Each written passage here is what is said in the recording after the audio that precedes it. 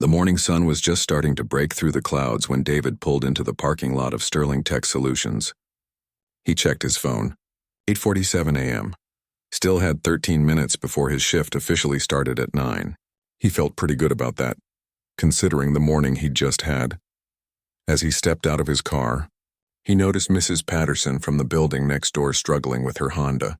The hood was up, and she was staring at the engine like it might suddenly explain itself. David knew he should probably head straight inside, but his grandmother had raised him better than that. "Need some help?" he called out. 20 minutes later, after helping her jump-start the car and making sure she could get to her doctor's appointment, David finally walked through the glass doors of Sterling Tech. The clock on the wall read 9:11 a.m. He barely made it 3 steps before he heard her voice. Well. Late again, I see." Christine Whitmore stood near the reception desk. Arms crossed, her expression a mixture of satisfaction and contempt. She was the regional manager, and for the past 2 months she'd been watching David like a hawk watches a mouse. "Actually, I was helping someone in the parking lot," David explained calmly. "Elderly lady, car trouble.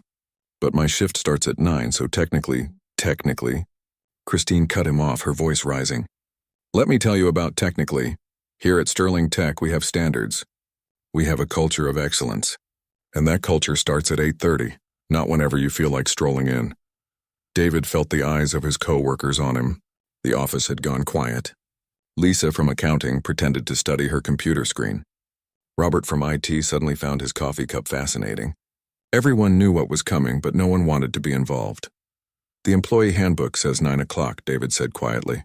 "I've never been late according to company policy." "Company policy?" Christine laughed, but there was no humor in it. "I set the standards for this department, and my standard is 8:30. If you can't handle that, maybe you're not the right fit for this team." David took a deep breath. This wasn't the first time they'd had this conversation. 2 weeks ago, he'd arrived at 8:52 because of a traffic accident on the highway. Before that, he'd come in at 8:45 after a dentist appointment he'd scheduled months in advance and had gotten approved. Both times, Christine had made a scene. Both times, she'd written him up for being late. Meanwhile, David had watched Tyler from sales roll in at 9:20 at least twice a week. Had seen Jennifer from marketing arrive at 9:30 with Starbucks in hand, laughing about her crazy morning. Christine never said a word to them. Not once. "I understand your expectations," David said, keeping his voice even. "But I was helping someone who needed assistance. I'd hope that shows good character, if nothing else." "Character?" Christine's eyes narrowed. "You want to talk about character? Let's talk about your pattern of behavior. This is the 3rd incident in 2 months. 3 strikes, you're out. That's how it works in the real world." 3 incidents of arriving before my actual start time, David pointed out. "Don't get smart with me," Christine snapped. She pulled out her phone and started typing. "I'm documenting this right now. Insubordination, repeated tardiness. Failure to adapt to team culture." David felt something shift inside him. He'd dealt with people like Christine before. Had heard the code words. Team culture. Right fit. Professional presence. All the ways people said things without really saying them. "I've never missed a deadline," David said. "My performance reviews have been excellent. I've brought in 3 major clients this quarter alone." "Performance isn't just about numbers," Christine said, still typing on her phone. "It's about attitude. It's about respect. It's about understanding that when you work here, you represent this company from the moment you walk through that door." "I do understand that. That's exactly why I helped Mrs. Patterson this morning." Christine looked up from her phone and something cold flickered across her face. "You know what? I've had enough. I've been more than patient with you. I've given you chance after chance to adjust your attitude and meet our standards. But clearly you don't value this opportunity." The office somehow got even quieter. David could hear the hum of the air conditioning. The distant ring of a phone someone wasn't answering. "You're done here," Christine said. "Collect your things. Security will escort you out." For a moment nobody moved. Then Lisa gasped softly. Robert muttered something under his breath. A few people looked away, uncomfortable but unwilling to intervene. David stood perfectly still. He wasn't surprised, not really. He'd seen this coming for weeks. The extra scrutiny, the impossible standards, the way Christine always found something wrong with his work, even when clients were praising him directly. You're firing me, David said. Not a question. A statement. I'm terminating your employment based on a pattern of unprofessional behavior, Christine said, clearly enjoying herself now. You'll receive your final paycheck according to state law. HR will be in touch about your benefits. David nodded slowly. He walked to his desk, aware that everyone was watching. He opened his drawer and pulled out the few personal items he kept there. A photo of his grandmother, a coffee mug his niece had given him, a small plant that somehow survived despite the fluorescent lights. As he packed his things into his messenger bag, his co-workers started whispering. He caught fragments of conversations. This isn't right. She can't just... Someone should call HR. But no one did anything. No one stood up. No one spoke out loud. They all had mortgages and car payments and families to feed. David understood. He didn't blame them. He took one last look around the office. At the desk where he'd spent the last 6 months. At the whiteboard where he'd mapped out strategies that had earned the company over $2 million in new contracts. At the conference room where he'd presented ideas that Christine had later claimed as her own. Christine stood by the door, arms still crossed, watching him with barely concealed satisfaction. David walked toward her, bag over his shoulder. When he reached the door, he paused. You know what's interesting, Christine? He said quietly. In all my time here, I've learned a lot about this company. About how it really works. About who people really are when they think no one important is watching. Christine's smile faltered slightly. Is that some kind of threat? Not at all, David said. Just an observation. You have a good day. He turned to face the office one last time. Thank you all for the past 6 months. I've learned more here than you could possibly imagine. Take care of yourselves. As he walked through the door, he added over his shoulder, just loud enough for Christine to hear. You'll understand everything very soon. Outside, the morning had turned bright and clear.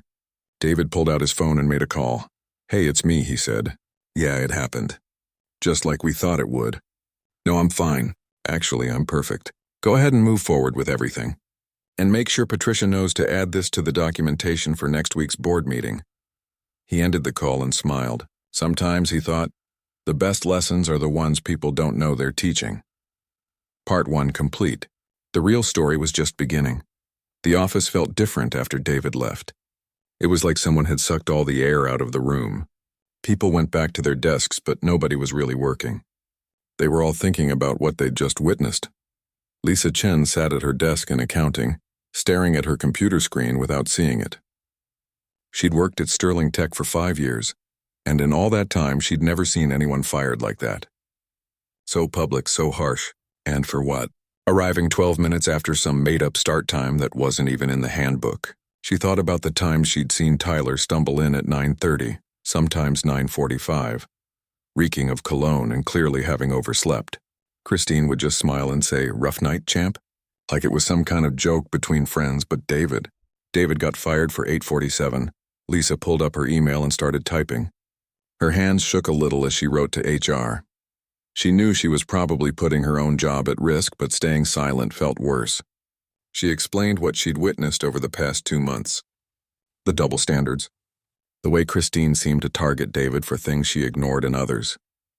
The uncomfortable comments about fitting in and cultural standards. She hit send before she could talk herself out of it. 3 desks over, Robert Martinez was doing the same thing. He'd been in IT for 7 years, long enough to know how things worked around here, long enough to stay quiet and keep his head down. But this morning had crossed a line he couldn't ignore. He remembered the staff meeting last month when Christine had cut David off mid-presentation and said, "Let's hear from someone with more experience in this area." David had been presenting research he'd spent weeks on. The someone with more experience Christine called on was Jennifer, who'd been with the company for 3 months and barely understood the project. Robert typed out his complaint, documenting everything he could remember. The way Christine always seemed to question David's decisions. The way she'd reassigned his biggest client to Tyler last week, claiming David needed to focus on fundamentals. The way she'd said "you people" during a discussion about work ethic, and everyone had pretended not to notice. He sent the email to HR and to the company's ethics hotline.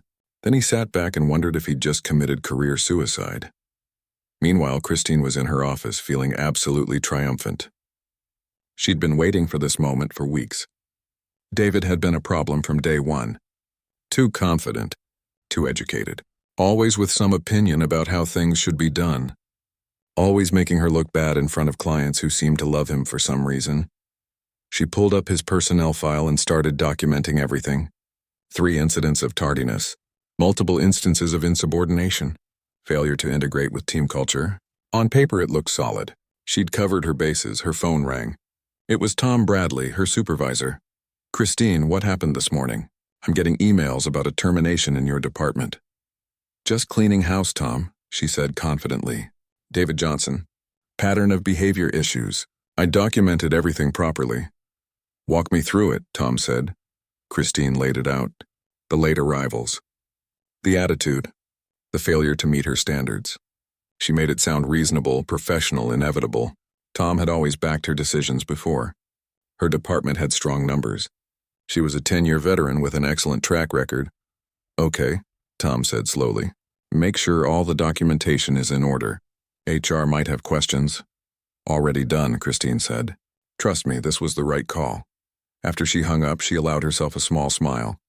Problem solved. But then the emails started coming.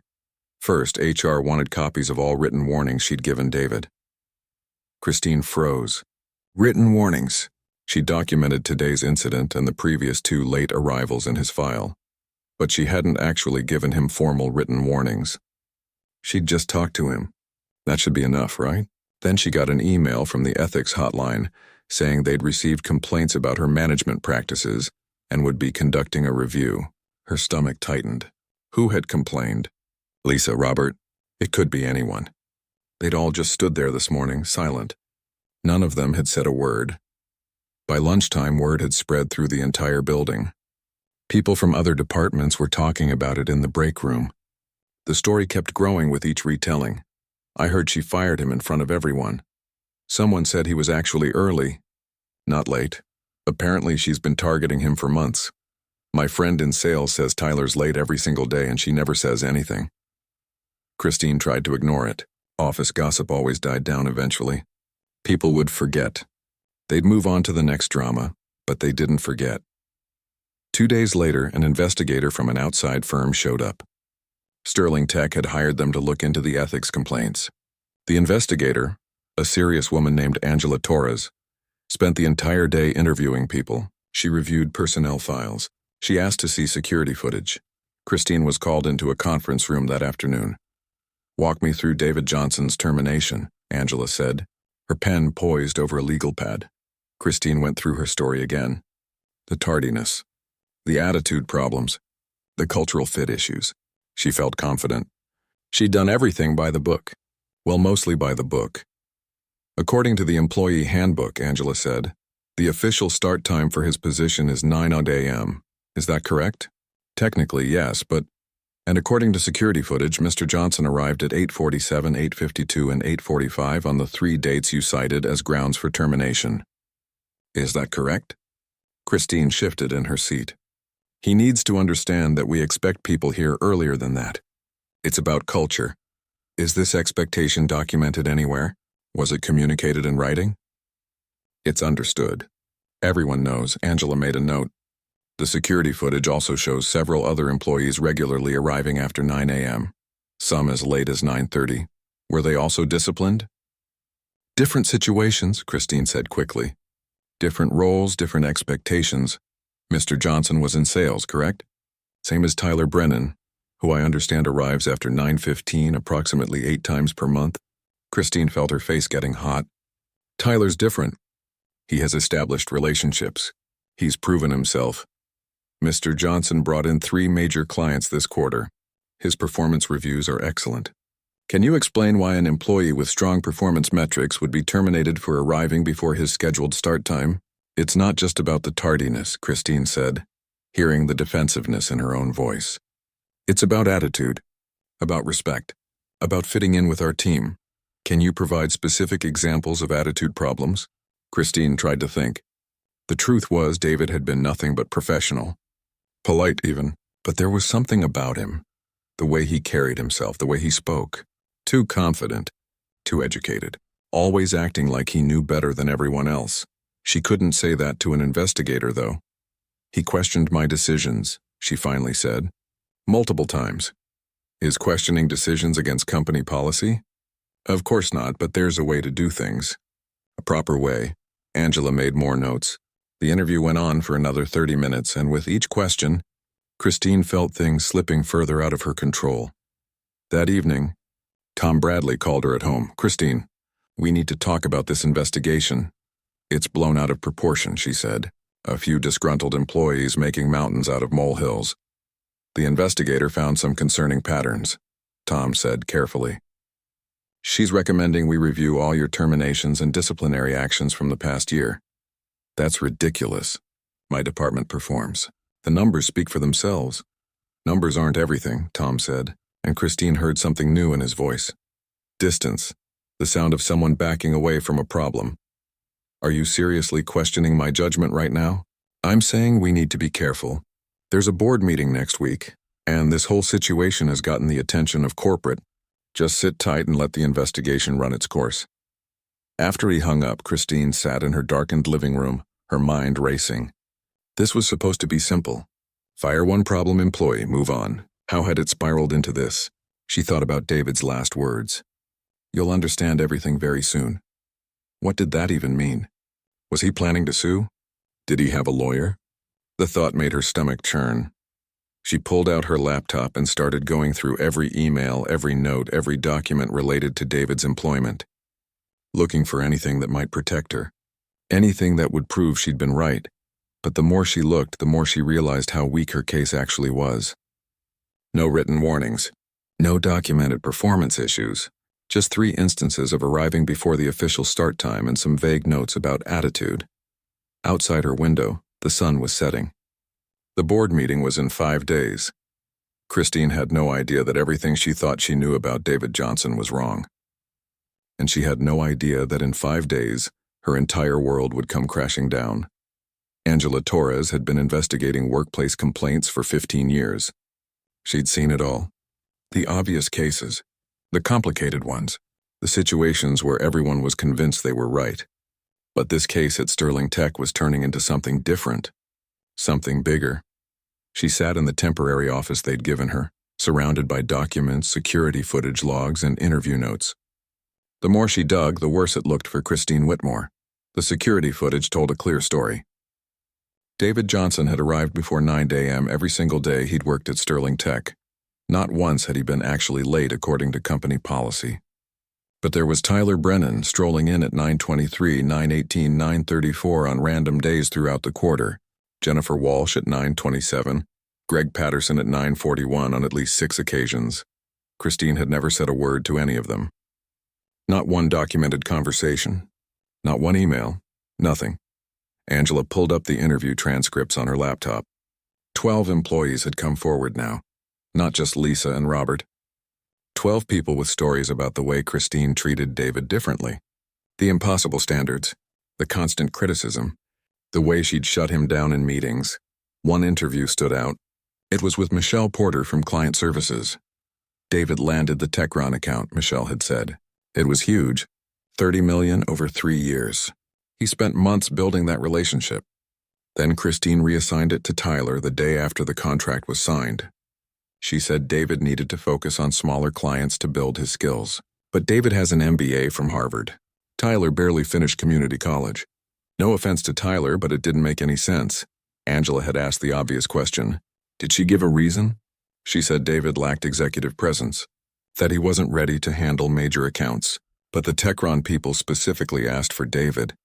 They trusted him. We almost lost the account when they found out he was being removed from it. Angela made a note and moved on to the next detail that bothered her. The staff meeting from last month. 6 people had mentioned it. Christine had been discussing work ethic and punctuality when she'd said something that everyone remembered. You people need to understand that in corporate America, perception matters as much as reality. You people, 2 words that could mean anything or nothing, depending on who was saying them and who they were talking to. But in context, with David being the only black employee in the department, those words took on weight. Angela had asked each person what they thought Christine meant. Most had looked uncomfortable. A few had tried to defend it. Maybe she meant the whole department. But nobody really believed that. There was more. Angela found an email from 3 months ago where a client had specifically praised David's work. Christine had responded to the client but never forwarded the praise to David. Instead, she'd written him up the next week for inconsistent communication style. Angela found performance reviews. David's were glowing. Every metric exceeded expectations. Client satisfaction scores through the roof. Revenue targets smashed, but somehow Christine's written comments were always lukewarm. Meets expectations. Shows potential. Needs to work on team integration. The documentation was damning. Not because of what was there, but because of what wasn't. No written warnings before the termination. No improvement plans. No clear communication about expectations. Just sudden termination after 3 instances of arriving before the official start time. Angela picked up her phone and called her supervisor at the investigation firm. "We have a problem here," she said. "This isn't just a bad termination. This is a pattern. I think we're looking at systematic discrimination. How confident are you?" Her supervisor asked. "Very. I've got documentation, witness statements, security footage. This employee was performing exceptionally and was terminated for violations that weren't actually violations, while other employees doing the same or worse were never disciplined. The pattern is clear. What do you need?" "I need to expand the scope. I want to look at all of Christine Whitmore's personnel decisions for the past 2 years. Every hire, every termination, every promotion, every disciplinary action. Do it. And keep me updated. If this is what it looks like, Sterling Tech has serious liability." Angela spent the next 2 days buried in files. What she found was shocking. In 2 years, Christine had hired 14 people. 13 were white. The one exception was an Asian woman who lasted 3 months before being fired for performance issues, despite meeting all her targets. She'd promoted 7 people. All white. All male except for 1 woman. She'd fired or forced out 5 people. 3 were minorities. The other 2 were white employees who had complained about her management style. The pattern was undeniable. But there was something else Angela couldn't quite figure out. David Johnson's file was oddly thin. Most employees had emergency contacts, previous employment history, references. David's file had the bare minimum. It was almost like he hadn't wanted anyone looking too closely at his background. Angela made a note to dig deeper into that later. Meanwhile, Tom Bradley was having the worst week of his career. The investigation was bad enough, but now corporate was asking questions. Real questions. The kind that made him realize how badly he'd messed up by backing Christine without actually looking into the situation. He pulled David's file himself and felt his stomach drop. Harvard MBA. Previous experience at a major consulting firm. Impeccable references. This wasn't some entry-level kid. This was someone who could have been running a department, not working in one. Why was someone like this taking a mid-level sales position at Sterling Tech? Tom made some calls. The references checked out. Everyone praised David's work. But there was something strange. One of his references, a woman named Patricia Morrison, had hesitated when Tom mentioned Sterling Tech. "Is David still with you?" she'd asked. "Actually, he was recently terminated." "I see." A long pause. "That's unfortunate. David is brilliant. Any company would be lucky to have him. Can I ask why he left your organization?" "He didn't leave. He's consulting on a special project. I really can't say more than that." Tom had hung up feeling like he'd missed something important, something everyone else seemed to know except him. He called Christine into his office that afternoon. "The investigation isn't going well," he said bluntly. Christine's face tightened. "It's a witch hunt. People are making things up because they're upset about one termination. 12 people, Christine. 12 separate complaints. Security footage that contradicts your timeline. A pattern of differential treatment that's frankly disturbing. I treated David exactly like everyone else. That's not what the evidence shows. And the board meeting is tomorrow. Corporate is going to want answers." "The board meeting?" Christine looked confused. "What does the board care about one termination?" "Because it's not just one termination anymore. It's a potential discrimination lawsuit. It's a pattern of behavior that exposes the company to massive liability. The board takes this stuff seriously." Christine stood up. "I've given this company 10 years. My department performs. My numbers are solid. They're really going to throw me under the bus over one disgruntled employee?" Tom looked at her and realized she still didn't get it. She genuinely believed she'd done nothing wrong. Go home, Christine. Get some rest. The board meeting is at 10 tomorrow morning. You'll need to be there to answer questions. After she left, Tom sat alone in his office, staring at the wall. He'd been in corporate management for 23 years. He knew how these things went. When something like this blew up, everyone looked for cover. Everyone tried to distance themselves from the problem. And right now, Christine was the problem, which meant anyone who'd backed her was also a problem. His phone buzzed. An email from corporate. Subject line, board meeting agenda update. He opened it and scrolled through. Standard items, financial reports, strategic planning, and then near the end, special presentation, introduction of new majority stakeholder and discussion of recent due diligence findings. Tom frowned. New majority stakeholder? Nobody had mentioned anything about this. Sterling Tech was privately held. Who was buying in? He forwarded the email to Christine with a note. Did you know about this? She replied immediately. No idea. Maybe someone finally recognizing we need better leadership at the top. Tom closed his laptop and rubbed his eyes. Tomorrow's board meeting was going to be interesting. He had no idea just how interesting it was actually going to be. Across town, David Johnson was in a high-rise office building, sitting in a conference room with 5 lawyers and 2 investment advisors. Spread across the table were documents, contracts, financial statements, investigation reports. Patricia Morrison, CEO of Sterling Tech, sat at the head of the table. Everything's ready for tomorrow? David asked. Everything, Patricia confirmed. The board knows we have a major announcement. They don't know what it is yet. The investigators' report will be distributed in the morning. Your documentation will be presented during the special session. David nodded slowly. And Christine will be there? She's required to attend. So is Tom Bradley. They'll be walking in thinking it's just another board meeting. Patricia smiled grimly. They have no idea what's coming. One of the lawyers spoke up. Just to be clear, you're sure you want to do it this way? We could handle this quietly. Settlements, NDAs, clean separation. David thought about the look on Christine's face when she'd fired him. The satisfaction in her voice. The way his coworkers had watched in silence, afraid to speak up. No, he said firmly. This needs to be out in the open. People need to see that actions have consequences. That you can't treat people like this and just walk away. Patricia nodded. Then tomorrow it is. 10 o'clock, conference room A. David gathered his papers and stood up.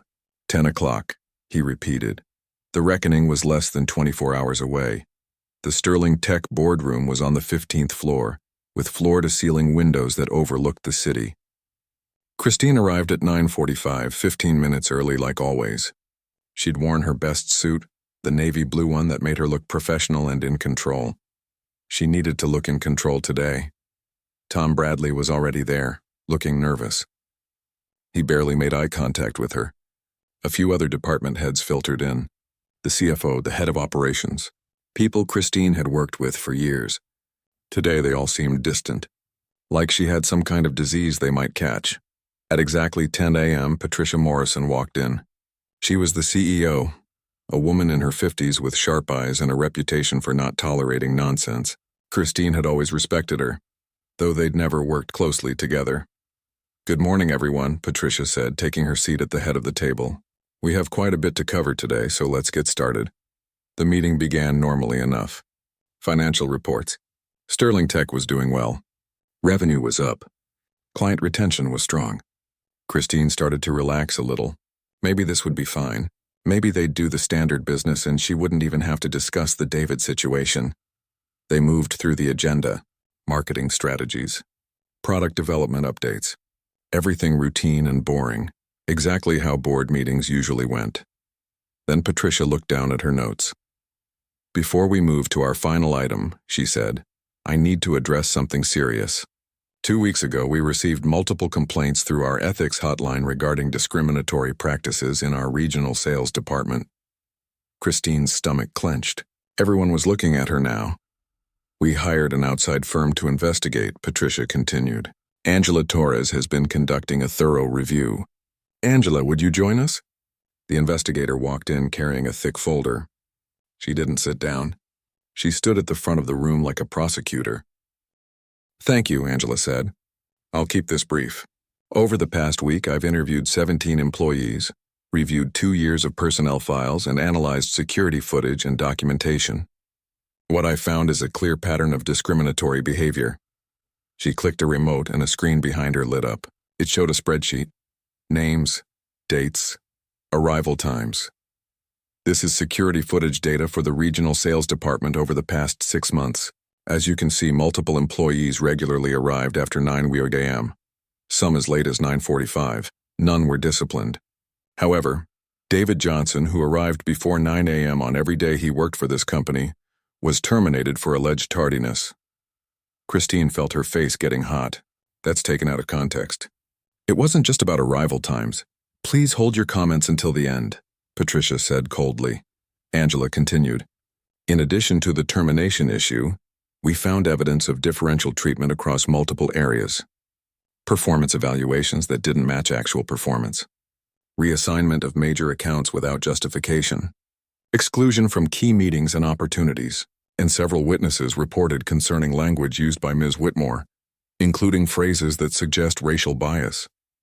That's a lie, Christine said, standing up. Sit down, Christine, Patricia said. It wasn't a request. Christine sat. Angela went through more findings. The pattern of hiring. The promotions. The terminations. Every slide made Christine look worse. She wanted to defend herself, to explain that it wasn't like that. But her throat felt tight and her hands were shaking. In conclusion, Angela said, David Johnson's termination was unjustified and appears to be motivated by discriminatory bias. Sterling Tech has significant legal exposure here. I recommend immediate corrective action. The room was silent. Tom Bradley looked like he wanted to disappear. The other executives stared at the table. Patricia nodded. Thank you, Angela. That brings us to our final agenda item. She looked around the room. Some of you know that we've been in discussions with an investment firm about a major partnership. What you don't know is that this partnership has been finalized. As of last Friday, Johnson Capital Group acquired a 51% stake in Sterling Tech. Christine barely registered this. Her mind was still spinning from the investigation presentation. The acquisition was contingent on due diligence. Patricia continued. Johnson Capital wanted to understand our company culture, our operations, our management practices from the inside. So they sent someone to work here for 6 months. Someone to experience Sterling Tech as an ordinary employee. Something cold started to spread through Christine's chest. I'd like to introduce our new majority stakeholder and board member, Patricia said. David Johnson III, managing partner of Johnson Capital Group. The door opened. David walked in. But he wasn't wearing casual office clothes anymore. He wore a suit that probably cost more than Christine's car. His whole presence was different. Confident, powerful. This wasn't the employee she'd fired. This was someone who owned things. Who controlled things. Christine couldn't breathe. Her brain couldn't process what she was seeing. Good morning, David said calmly. He walked to the front of the room like he belonged there. Like he'd always belonged there. Thank you all for having me. Tom Bradley made a sound like he'd been punched in the stomach. David pulled out his own remote and brought up a new presentation on the screen. 6 months ago, he said, my firm began evaluating Sterling Tech as an acquisition target. The technology is solid. The client base is strong. The financials are healthy, but we don't just invest in numbers. We invest in culture. So I came here undercover to see how this company really operates.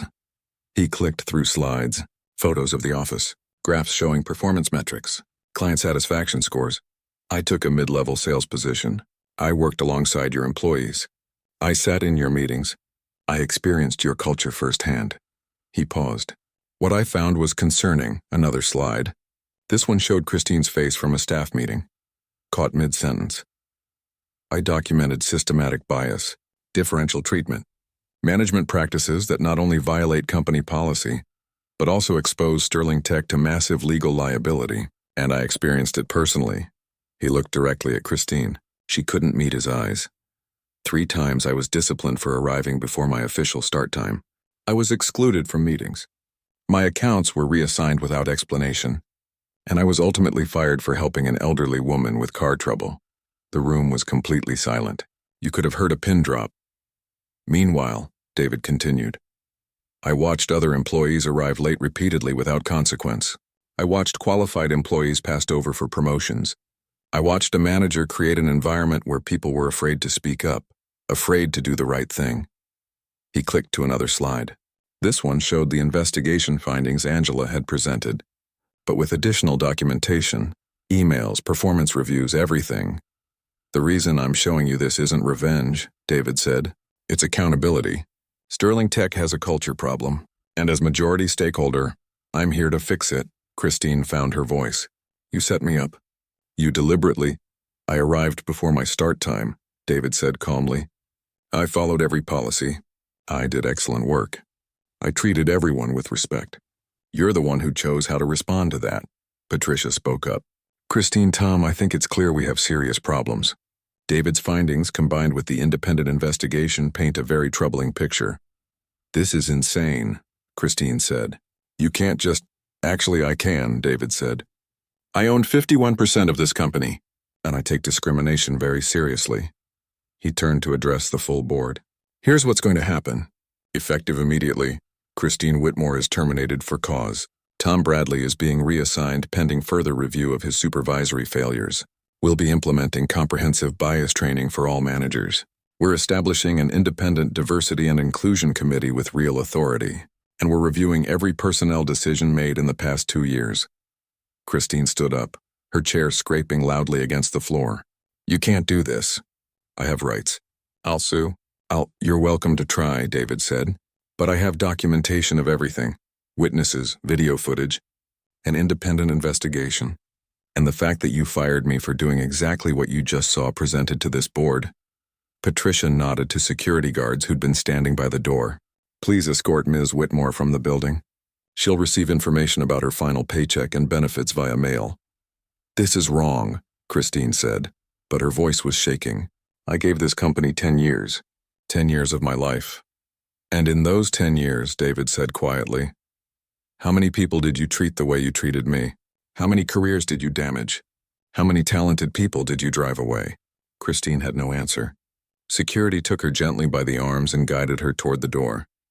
As she walked out, she passed Lisa Chen and Robert Martinez standing in the hallway. They'd been called to give testimony if needed. Lisa met her eyes, didn't look away. For the first time, Christine saw herself clearly in someone else's expression. Saw what she'd become, what she'd done. The door closed behind her. In the boardroom, David continued his presentation. Plans for changing the culture. New policies. New training. Investment in real diversity initiatives, not just lip service, but his voice was gentler now. I want to be clear about something, he said. This isn't about punishing Sterling Tech. I invested in this company because I believe in its potential. But that potential can't be reached if talented people are held back by bias, if employees are afraid to be themselves, if managers think they can treat people differently based on anything other than merit. Patricia nodded. We hear you, and we're committed to making these changes. David smiled for the first time that morning. Good, because we have work to do, and I'm here for the long haul. The meeting ended. As people filed out, Tom Bradley approached David hesitantly.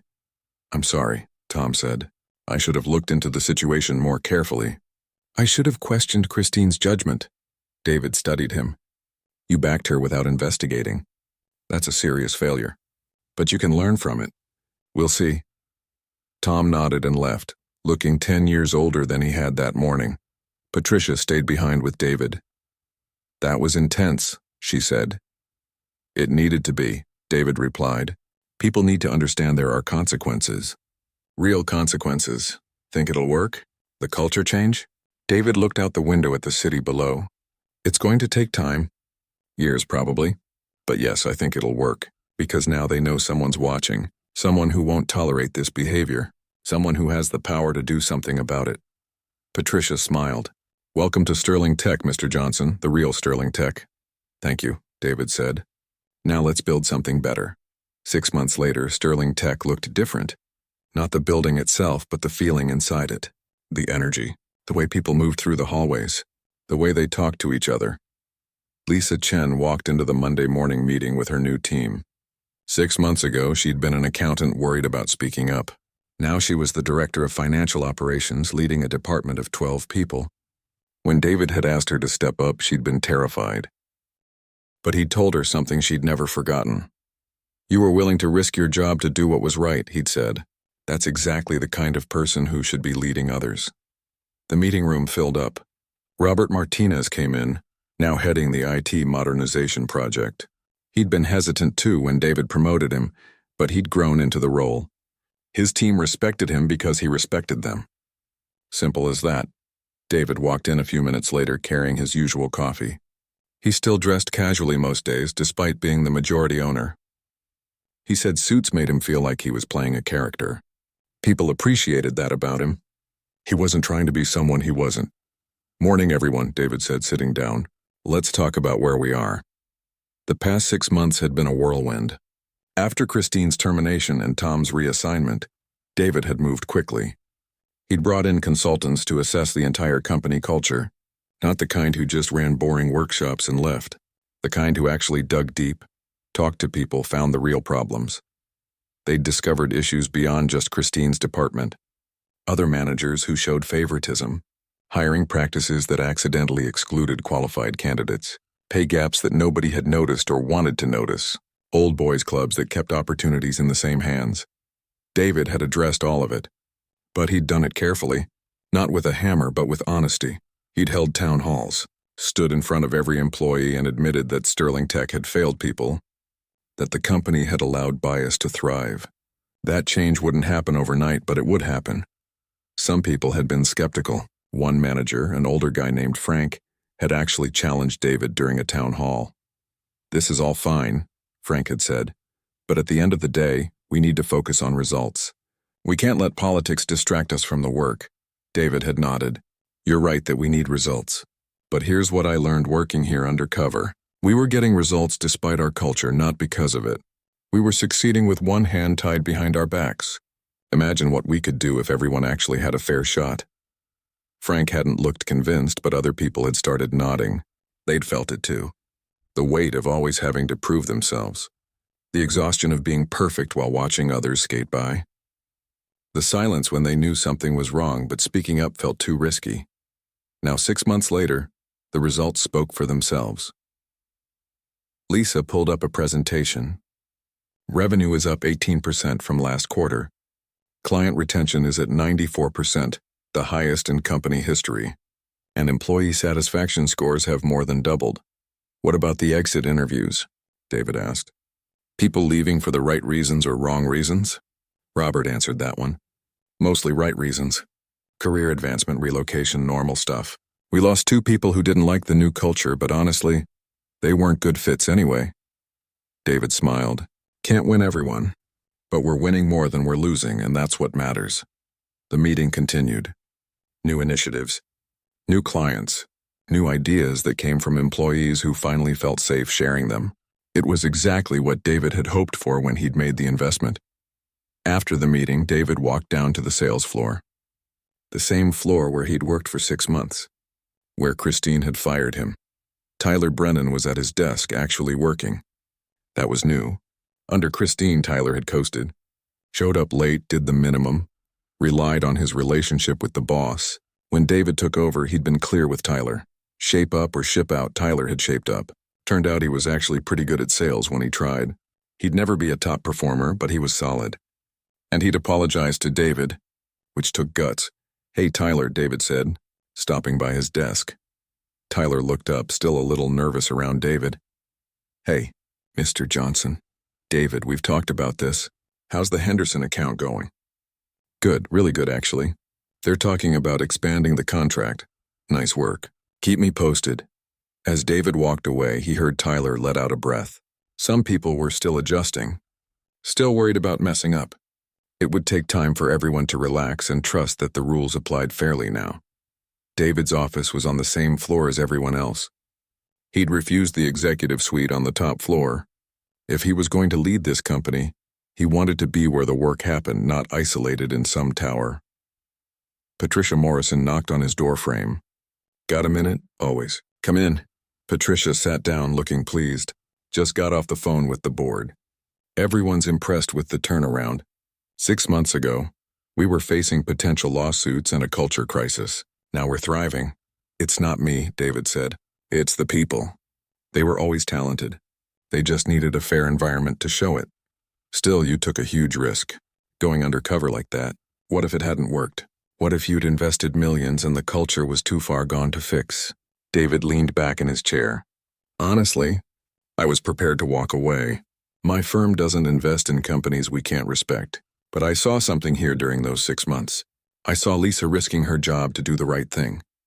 Robert speaking up when it cost him something. Employees who cared about their work and each other, even in a toxic environment. That told me the foundation was solid. We just needed to clear away the rot. Patricia nodded. Christine reached out to me last week.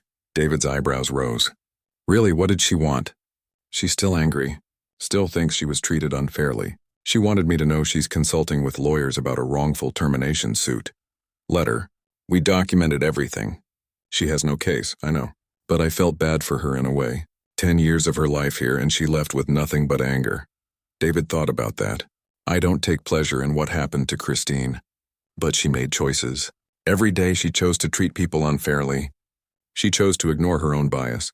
She chose to fire me rather than question her assumptions. Those were her decisions. Still, it's sad. She probably doesn't even understand what she did wrong. Maybe not. But that doesn't mean there shouldn't be consequences. If anything, it means the consequences are more important. Because if we'd let it slide, what message does that send? That you can treat people however you want as long as you hit your numbers? That's not a culture I want any part of. Patricia stood to leave, then paused. You know what surprised me most about all this? How many people came forward once they felt safe? 17 complaints in the first week. By the end, we had over 40 people sharing stories about bias, favoritism, and discrimination. It wasn't just Christine. It was everywhere. That's the thing about toxic culture, David said. It spreads. One bad manager sets the tone. Others see they can get away with it too. Before long, it's just how things are. Nobody remembers it being different. Well, it's different now. After Patricia left, David sat quietly for a moment. His phone buzzed. A text from his grandmother. How's the new job going, baby? Making a difference? He smiled and typed back. Yeah, Grandma. I think I am. She'd been the one who taught him about fairness, about standing up for what's right even when it's hard. She'd worked as a teacher for 40 years in schools that didn't always value her. She'd faced her own Christine Whitmores. But she'd never become bitter. Never stopped believing people could be better. David thought about the morning Christine fired him. How she'd been so sure of herself, so confident she was right. He wondered if she ever replayed that moment in her mind. If she ever questioned her assumptions about who he was and what he deserved. Probably not. People like Christine rarely did, but that was okay. Because the changes at Sterling Tech weren't about Christine anymore. They were about Lisa and Robert and Tyler and every other employee who came to work every day, hoping to be judged on their merit, not their skin color or gender or background. David pulled up his calendar. Training session at 2. New hire orientation at 3. Diversity committee meeting at 4. The work never stopped. Culture change wasn't something you did once and moved on from. It was a constant effort, a daily choice to do better. His door opened and a young woman poked her head in. Maya Williams, new hire in the marketing department. She looked nervous. Mr. Johnson, sorry to interrupt. I just wanted to say thank you. For what? For everything you're doing here. I interviewed at 5 companies before Sterling Tech. This was the first place where I felt like I could actually be myself, where I didn't have to hide parts of who I am to fit in. That matters more than you know. David felt his throat tighten a little. Thank you for telling me that, Maya, and it's David, not Mr. Johnson. She smiled and left. David sat back down and looked out his window at the city. This was why he'd done it. Not for revenge against Christine, not to prove a point, but for Maya and everyone like her who deserved a fair shot, who deserved to walk into work without fear, who deserved to be judged on what they could do, not what they looked like. 6 months ago, he'd been fired for being 12 minutes early. Today, he was changing an entire company culture. Sometimes he thought, the best way to fix a broken system is to first understand it from the inside, to experience the pain it causes, to document the damage it does, and then when you have the power to change it, to actually do the work. David opened his laptop and got back to business. There were emails to answer, decisions to make, a company to run.